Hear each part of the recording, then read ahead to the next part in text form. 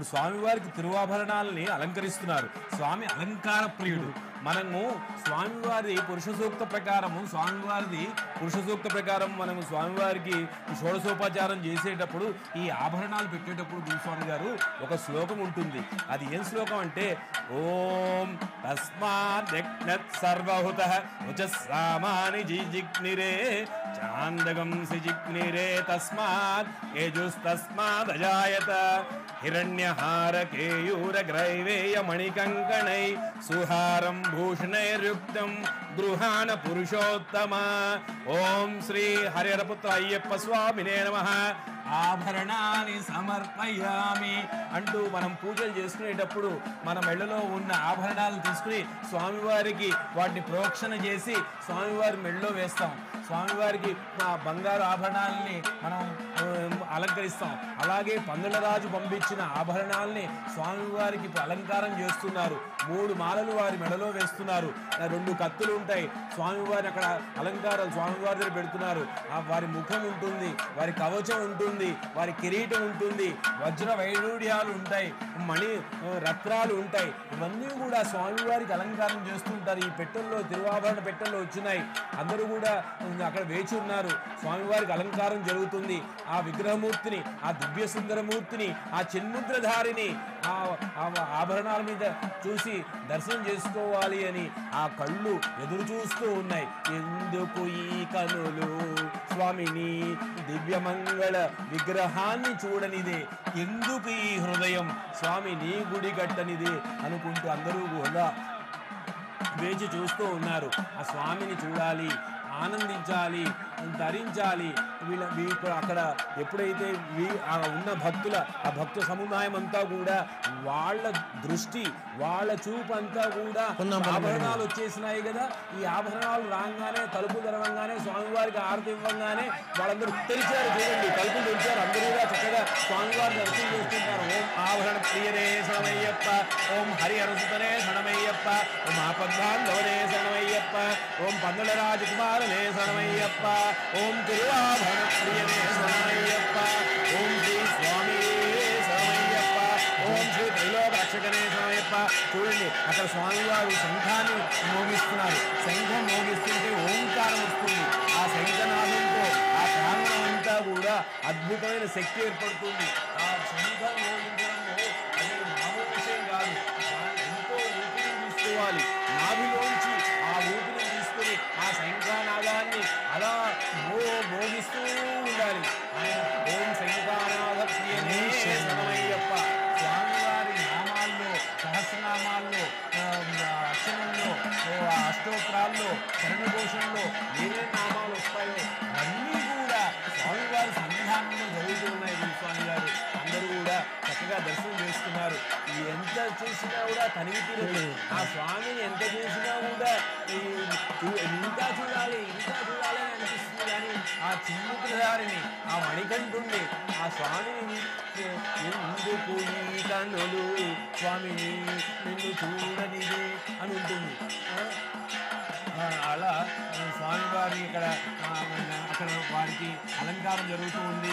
ఆ లోపల స్వామివారికి హారతులు ఇస్తున్నారు, దీపాలు వెలిగిస్తున్నారు, గంటలు మోగిస్తున్నారు. చూసారా, అందరి దృష్టి కూడా పొన్నాంబల మేడ వైపే వెళ్తుంది.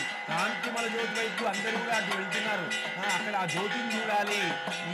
ఇవాళ అక్కడ జరిగే కార్యక్రమం మకర విలక్కు. ఆ 18 చూసారా ఎంత చక్కగా. చూడండి, ఇక్కడ మనకి పొన్నాంబల మేడ కనిపిస్తుంది. ఈ పొన్నాంబల మేడ ఈ చీకటి సమయంలో, ఈ సంధ్యా సమయంలో, సూర్యాస్తమయంలో ఆ వాతావరణం అంతా కూడా చీకటిగా కమ్ముంది.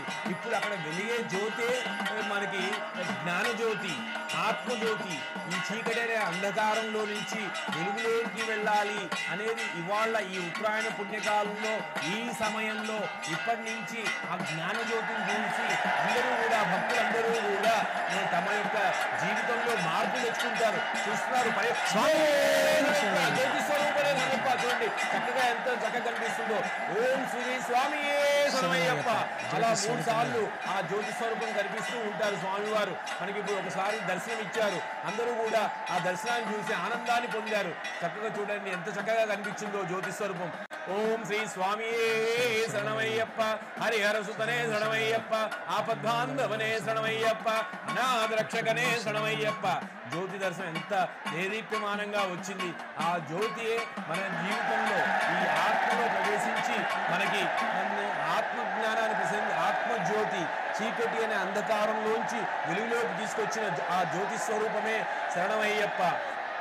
స్వామివారు ప్రతి ఏటా తన తండ్రికి తన తల్లికి ఏ విధంగా అయితే చెప్పారో, నేను ప్రతి సంవత్సరం మీకు జ్యోతి స్వరూపంగా కనిపిస్తా అన్నారో, ఆ స్వామివారు ఆ జ్యోతి స్వరూపంగా మకర నక్షత్రంగా మకర విలక్కుగా మనందరికీ కూడా అనుకోండి మళ్ళీ స్వామి శరణమయ్యప్ప, జ్యోతి స్వరూపనే శరణమయ్యప్ప, మకర జ్యోతియే శరణమయ్యప్ప. ఆ జ్యోతిని చూడడానికి 1000 కళ్ళైనా సరిపోవు గురుస్వామి గారు. అది చూడండి ఆనందం. మా మహేష్ నంబూద్రి గారు వారి ఆనందం చూడండి. అందరికీ ప్రసాదాలు తీసుకొచ్చి పంచుతున్నారు. లోపల అర్చన చేశారు. దాంట్లో గంధం, విభూది, పుష్పాలు, ప్రసాదాలు ఉంటాయి. స్వామివారి ప్రసాదాలు అటుకులు, బెల్లం, తర్వాత ఎండు ద్రాక్షలు ఉంటాయి. అలా తీసుకొచ్చి అందరికీ ఇస్తున్నారు. ఆ ప్రసాదం తీసుకున్న తర్వాత ప్రతి ఒక్కళ్ళు ఆ ప్రసాదానికి తిరువాభరణాలు మోసుకొచ్చిన వాళ్ళందరికీ కూడా ఆ ప్రసాదాన్ని ఇచ్చారు.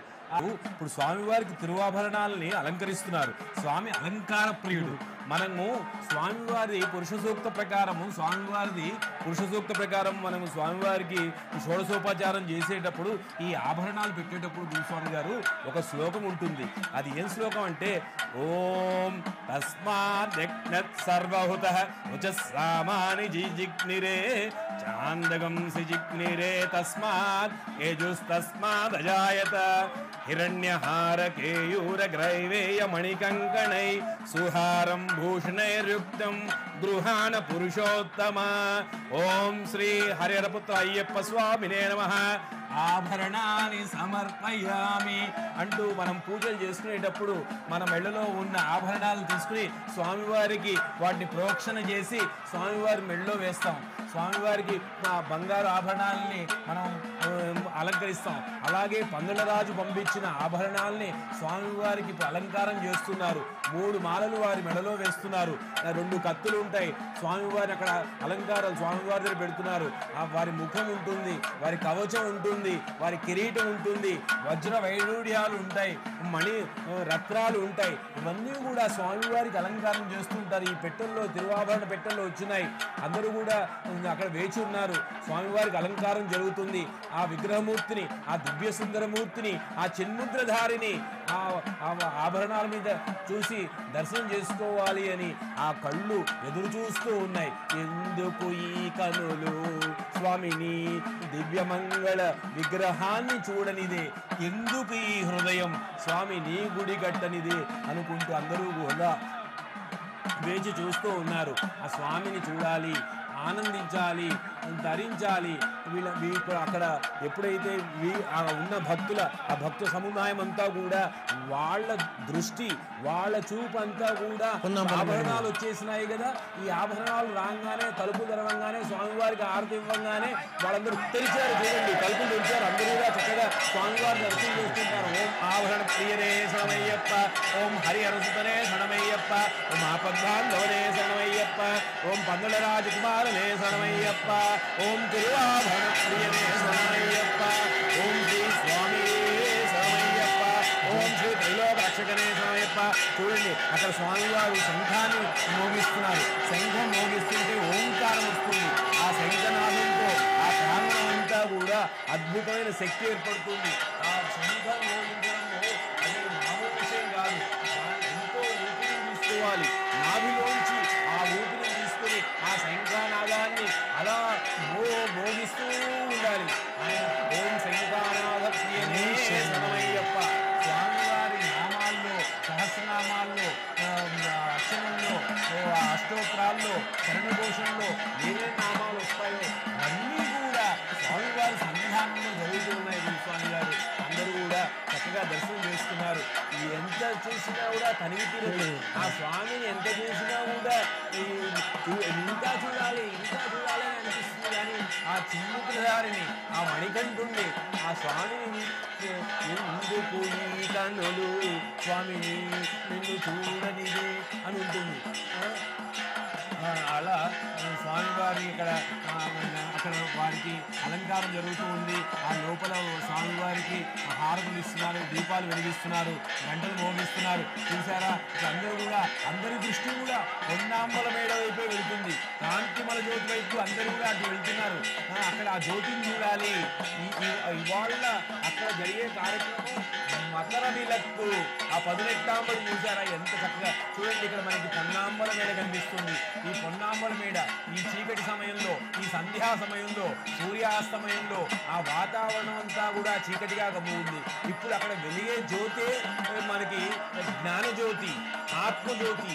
ఈ చీకటి అనే అంధకారంలో నుంచి వెలుగులోకి వెళ్ళాలి అనేది ఇవాళ ఈ ఉత్తరాయణ పుణ్యకాలంలో ఈ సమయంలో ఇప్పటి నుంచి ఆ జ్ఞానజ్యోతిని చూసి అందరూ కూడా భక్తులందరూ కూడా తమ యొక్క జీవితంలో మార్పు తెచ్చుకుంటారు. చూస్తున్నారు జ్యోతి స్వరూపమే నమ్మప్ప. చూడండి చక్కగా ఎంత చక్కగా కనిపిస్తుందో.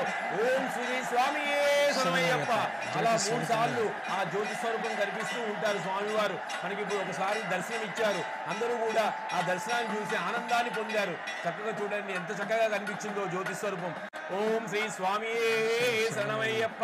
హరిహర సుతనే శరణమయ్యప్ప. ఆపద్బాంధవనే శరణమయ్యప్ప. అనాథ రక్షకనే శరణమయ్యప్ప. జ్యోతి దర్శనం ఎంత దేదీప్యమానంగా వచ్చింది. ఆ జ్యోతియే మన జీవితంలో ఈ ఆత్మలో ప్రవేశించి మనకి ఆత్మజ్ఞానాన్ని ప్రసరించి ఆత్మజ్యోతి చీకటి అనే అంధకారంలోంచి వెలుగులోకి తీసుకొచ్చిన ఆ జ్యోతి స్వరూపమే శరణమయ్యప్ప. స్వామివారు ప్రతి ఏటా తన తండ్రికి తన తల్లికి ఏ విధంగా అయితే చెప్పారో, నేను ప్రతి సంవత్సరం మీకు జ్యోతి స్వరూపంగా కనిపిస్తా అన్నారో ఆ